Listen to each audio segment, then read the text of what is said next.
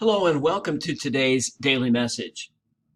Since today is the feast of St. Rose Philippine Duchesne, I thought I would take a few minutes just to talk a little bit about her life.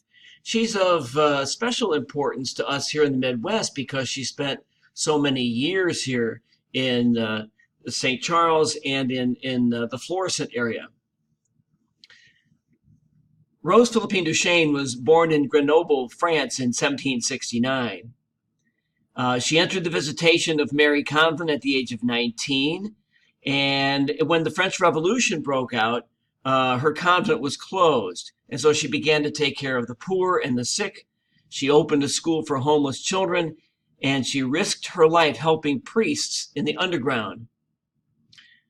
Later on, Rose personally rented that former convent and tried to revive its religious life.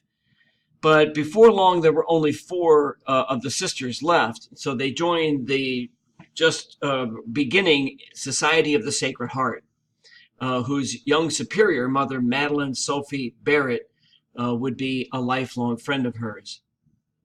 Soon Rose was a superior and she was supervisor of the novitiate. But since hearing tales of missionary work in Louisiana as a little girl, her ambition was to go to America and work among the Native Americans. So at the age of 49, she, with four other nuns, spent 11 weeks at sea going to New Orleans, and then 7 weeks more on the Mississippi River to St. Louis. But when she got to St. Louis, the bishop had no place for her to live and work among the Native Americans. So he sent her to what she called, quote, the remotest village in the United States, St. Charles, Missouri, where she founded the first free school for girls west of the Mississippi. Eventually, cold and hunger drove them out of St. Charles all the way to Florissant, Missouri, where she founded the first Catholic Native American school.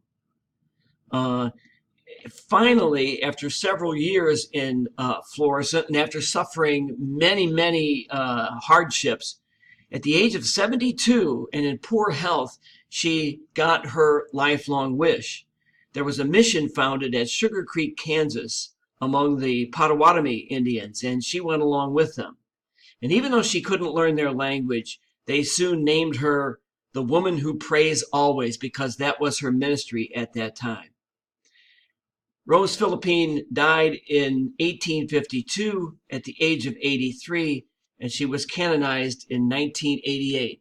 Certainly, she is an example of witness to the Christian life, and especially her ability to reach out to the poor and the marginalized in her midst. Thank you for watching today. Have a great day.